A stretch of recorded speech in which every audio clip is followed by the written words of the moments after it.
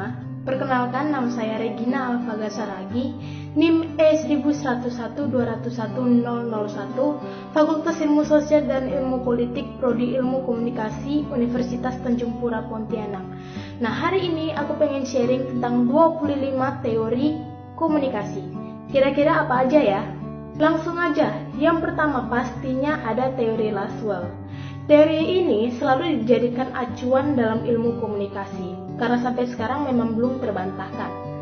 Konsep dari teori ini ialah siapa mengatakan apa, dengan media apa, kepada siapa, dan kira-kira apa dampak atau efeknya. Nah, selanjutnya ada teori agenda setting yang dicetuskan oleh McCombs dan Shaw. Teori ini mengatakan semakin sebuah media memberikan tekanan kepada sebuah peristiwa, maka peristiwa atau informasi ini akan makin dianggap penting oleh masyarakat. Nah, contohnya seperti ini, tentang pernikahan artis.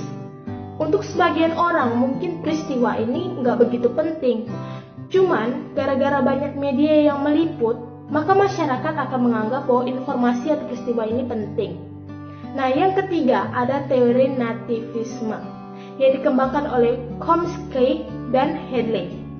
Nah, teori ini mengatakan bahwa manusia adalah satu-satunya makhluk ciptaan Tuhan yang mampu berkomunikasi secara verbal. Nah, oleh karena bahasa adalah sesuatu yang kompleks, maka manusia senantiasa berusaha untuk dapat berkomunikasi dengan makhluk Tuhan yang lain, entah itu hewan atau mungkin tumbuhan. Nah, kemudian ada yang namanya teori dependensi efek komunikasi massa, atau biasa juga dikenal dengan teori ketergantungan, yang dikembangkan oleh Sandra Borovic dan juga Melvin DeFleur.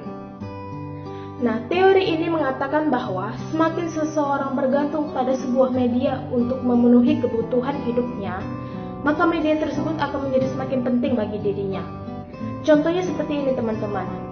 Kalau misalnya seseorang menyukai hal-hal yang berbau gosip, nah kemungkinan besar dia akan selalu mencari sumber-sumber atau platform-platform yang menyajikan hal-hal yang berbau gosip. Akan kecil kemungkinannya untuk dia menonton atau membaca hal-hal yang berbau politik. Nah, kemudian ada yang namanya teori kultivasi. Teori yang dikembangkan oleh George Gardner dan Larry Gross ini mengatakan bahwa televisi sebagai alat utama bagi para pemirsa atau penonton untuk belajar tentang lingkungan sosial dan kultur yang ada di lingkungannya. Oke, next ada yang namanya teori pengharapan nilai. Teori ini ditujukan untuk mengetahui pengaruh media terhadap massa yang dinilai dari kepentingan penggunanya. Contohnya seperti ini. Kita ingin dihibur, kita mau tertawa. Oleh karena itu, kita menonton sebuah sitkom, misalnya sitkom Bajai Bajuri, untuk memenuhi keinginan kita tadi untuk bisa dihibur. Nah, kemudian ada yang namanya teori operant conditioning. Teori ini mengatakan bahwa penghargaan dan motivasi adalah dua faktor penting dalam pembelajaran. Contohnya, orang tua kalian menjanjikan HP baru kalau misalnya kalian bisa ranking 1. Nah, janji orang tua kalian tadi, penghargaan yang ingin orang tua kalian beri tadi, kalian jadikan sebuah motivasi untuk belajar supaya handphone tadi bisa kalian dapatkan. Nah, selanjutnya adalah teori standpoint atau sikap yang dicetuskan oleh Wood GT. Teori ini mengatakan bahwa pengalaman dan pengetahuan seorang individu itu dipengaruhi oleh faktor di lingkungannya, di mana dia bersosialisasi, di mana dia berkomunikasi.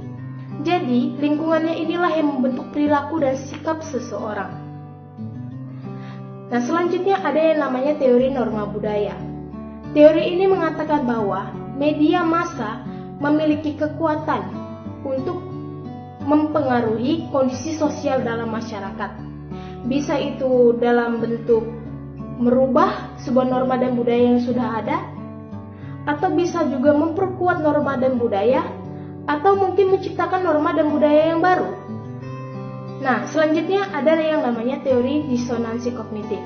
Sebenarnya teori ini erat hubungannya dengan psikologi, namun dalam bidang komunikasi, teori ini menggambarkan bahwa pikiran dan perilaku yang dikeluarkan oleh seorang manusia itu berbeda.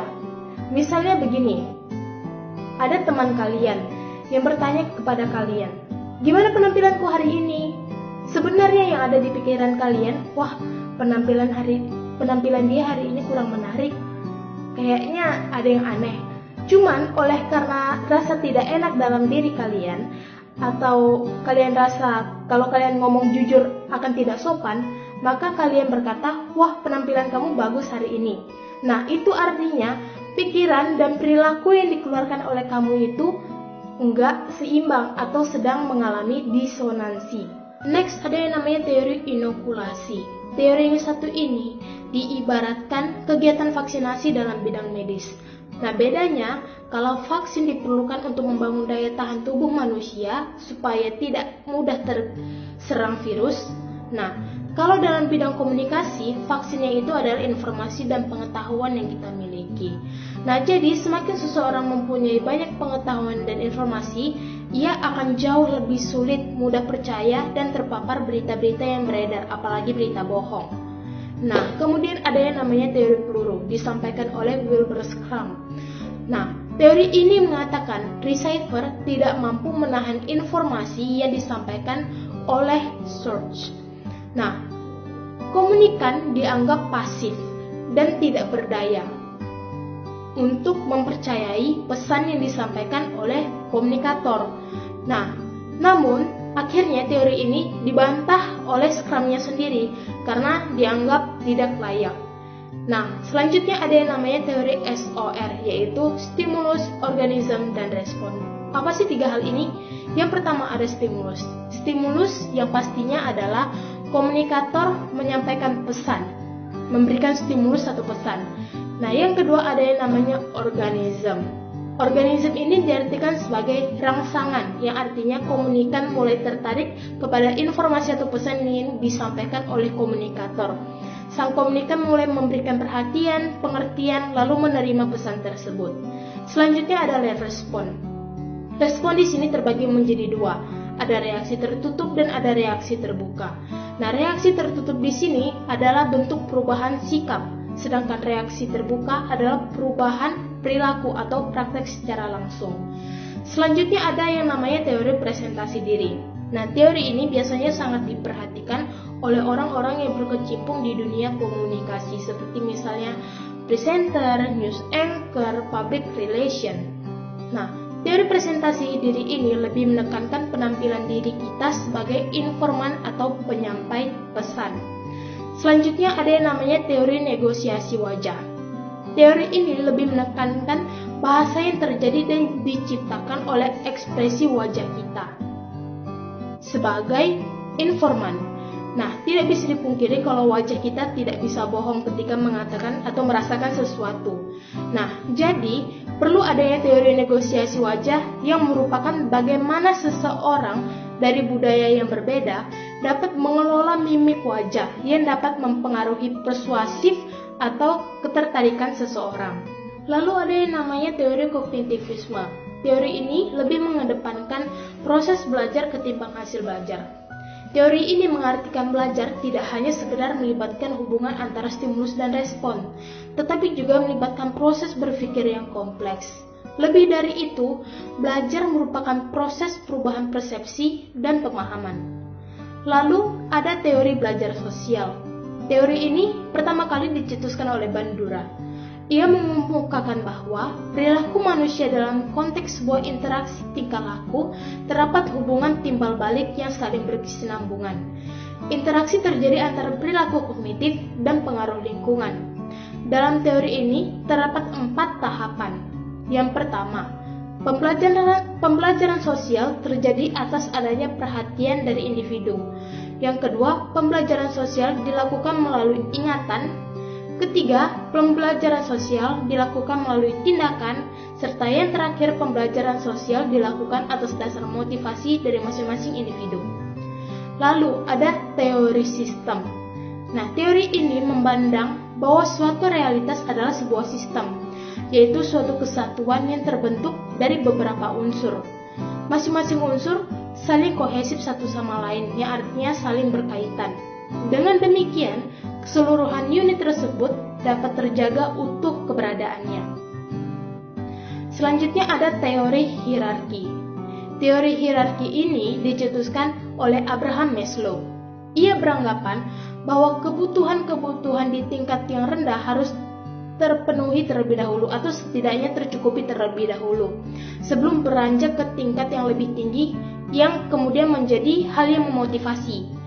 Lalu ada teori 2 tahap, yaitu atau yang biasa dikenal juga dengan two-step flow theory. Teori ini disebut 2 tahap karena model komunikasi ini dimulai dengan tahap pertama lalu dilanjutkan dengan proses komunikasi antarpersonal yang menjadi tahap kedua. Proses komunikasi massa dilakukan oleh media pada para pemuka pendapat yang ada di masyarakat. Nah, kemudian baru para pemuka pendapat ini melakukan komunikasi interpersonal kepada anggota-anggotanya atau kepada masyarakat luas, atau yang biasa kita kenal dengan dari mulut ke mulut. Istilah mudahnya seperti itu.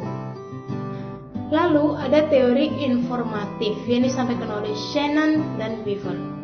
Teori informasi merupakan salah satu teori klasik, di mana teori ini menitik beratkan pada komunikasi sebagai suatu proses transmisi pesan, dan bagaimana transmitter menggunakan media dalam berkomunikasi.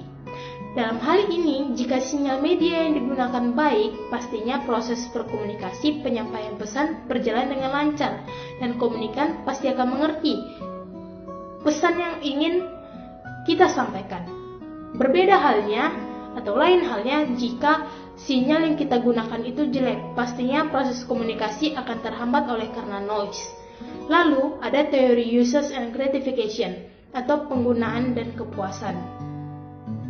Teori ini mengatakan bahwa pengguna media memiliki peran aktif dalam memilih media yang digunakannya, sehingga pengguna media dapat dikatakan sebagai pihak utama dalam suatu proses komunikasi. Dalam hal ini, pengguna mempunyai kewenangan untuk memilih dan menentukan media yang sesuai dengan keinginan atau kebutuhannya.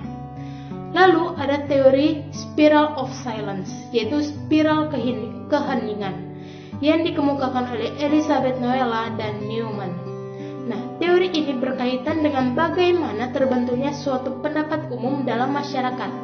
Spiral of silence menjelaskan bahwa terbentuknya pendapat umum dalam masyarakat ditentukan oleh proses saling mempengaruhi antara komunikasi massa, komunikasi antar pribadi, dan persepsi masing-masing individu, serta hubungan dengan pendapat orang lain dalam masyarakat.